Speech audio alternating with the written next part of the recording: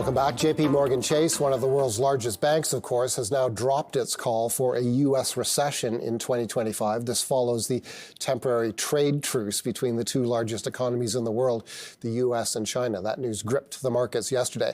Our next guest, however, remains slightly underweight U.S. equities. He's Sadiq Adatia, CIO of BMO Global Asset Management. As you can see, he's in studio with us as well. Sadiq, thanks a lot for coming in. Thanks for having me. First of all, what's your take on yesterday's news?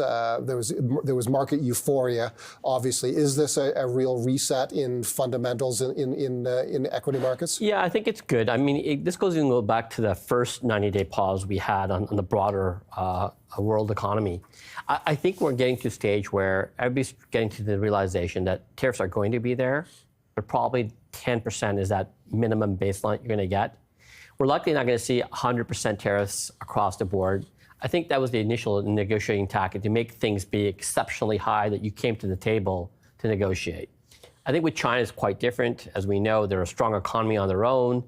They have 2.9% of their GDP tied to the U.S., so it's not a massive amount per se compared to other parts of the world. So they can take their time negotiating. I think that's where the U.S. realized this, so that in the negotiation time, why should both sides suffer? Let's just bring the tariff down to 10% and start to negotiate, like we've done with other parts. And I think that's a big positive sign. It's a different tactic than what we saw, early on in the year. In the meantime, we're just getting to the end now of S&P 500 reporting season. And as everybody knows, we've had big company after big company saying, we don't know what's ahead there, or they're either cutting their guidance or suspending their guidance. How useful is that guidance now, given the eased trade tensions between the U.S. and China? Well, the good news on that is probably you temper down your expectations of earnings going forward, because if the company doesn't know, what they're going to be doing, how are you going to evaluate that from that perspective? So this probably gives a positive to it, which is why I think you saw the markets move much higher as a result of it.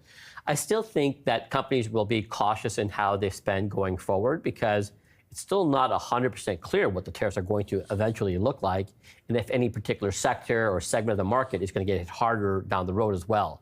So they will continue to invest in growth, maybe not to the same extent they would have otherwise. So there's still going to be a little bit of cloud, and this is why we're saying it's great markets to bounce back. It's great that everybody's excited about things, but the Trump uncertainty is still not completely gone by any means. So you should still be looking at maybe taking some profits in this environment, not necessarily going completely risk off or anything like that, but be more risk aware of what's going on. And in fact, you have gone to underweight the U.S. equities in your portfolios. How recent a shift was that? It's just recent, actually. After Liberation Day, we actually went more optimistic about markets and U.S. in particular. We overweighted, and now we've seen a big bounce back as a result of what's going on.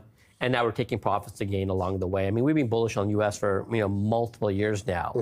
So we are in a fortunate position to take some profits after a good run up, and that's exactly what we're doing. And how influential was that very cautious guidance we got from S&P 500 companies in your call? Yeah, it's partly to do that, because if they're going to be a little cautious, again, that means their growth expectations the next quarter or quarter after that can't be as strong because they haven't invested in it, right? So you have to bring back some of the expectations. That's not going to be a bad earnings report, or we're going to have a bad economy by any means. It's just I think we need to temper things down a little bit, and nothing wrong with taking some profits here and there. You're neutral on Canadian stocks. Why so? And what are your thoughts on the relationship between our new Prime Minister, who's going to announce the cabinet today, and the administration of Donald Trump? Yeah, I would start off with first that things were quite negative at the outset of the trade discussions with Canada. Those have improved dramatically, which has brought us up to a more bullish, neutral stance now.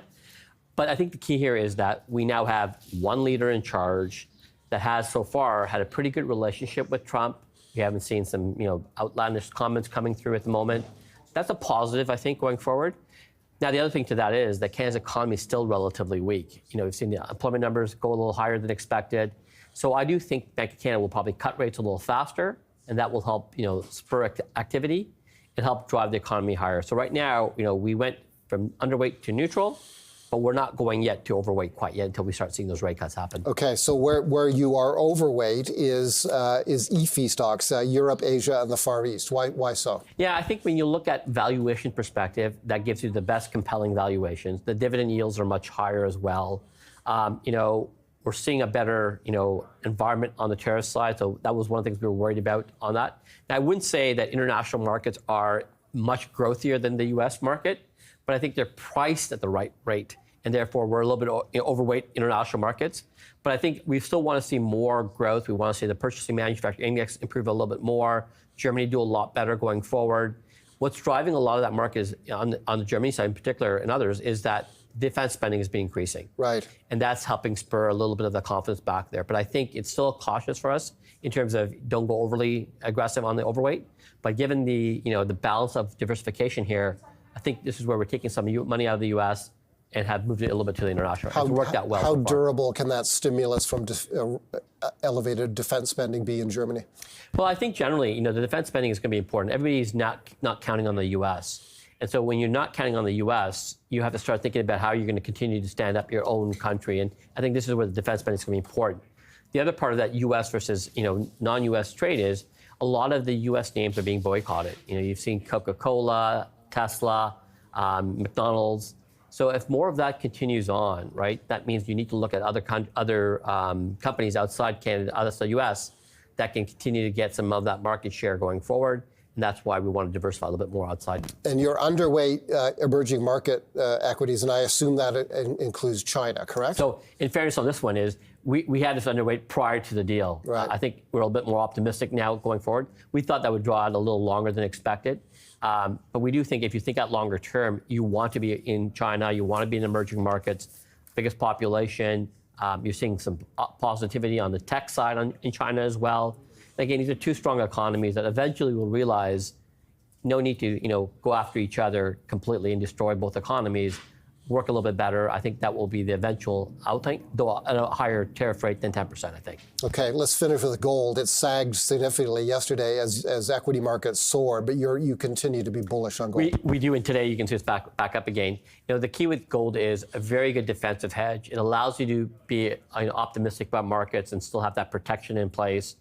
It's a great put against the Trump uncertainty that we've seen time and time again, that I don't think is going to go away. And also central banks around the world are buying more of gold, in light of maybe the U.S. dollar as an example. I think that trend is going to continue on going forward as well. Sadiq, thanks as always for being here with us. Thank you for having me. Sadiq Adatia is CIO, Chief Investment Officer at BMO Global Asset Management. Well, we'll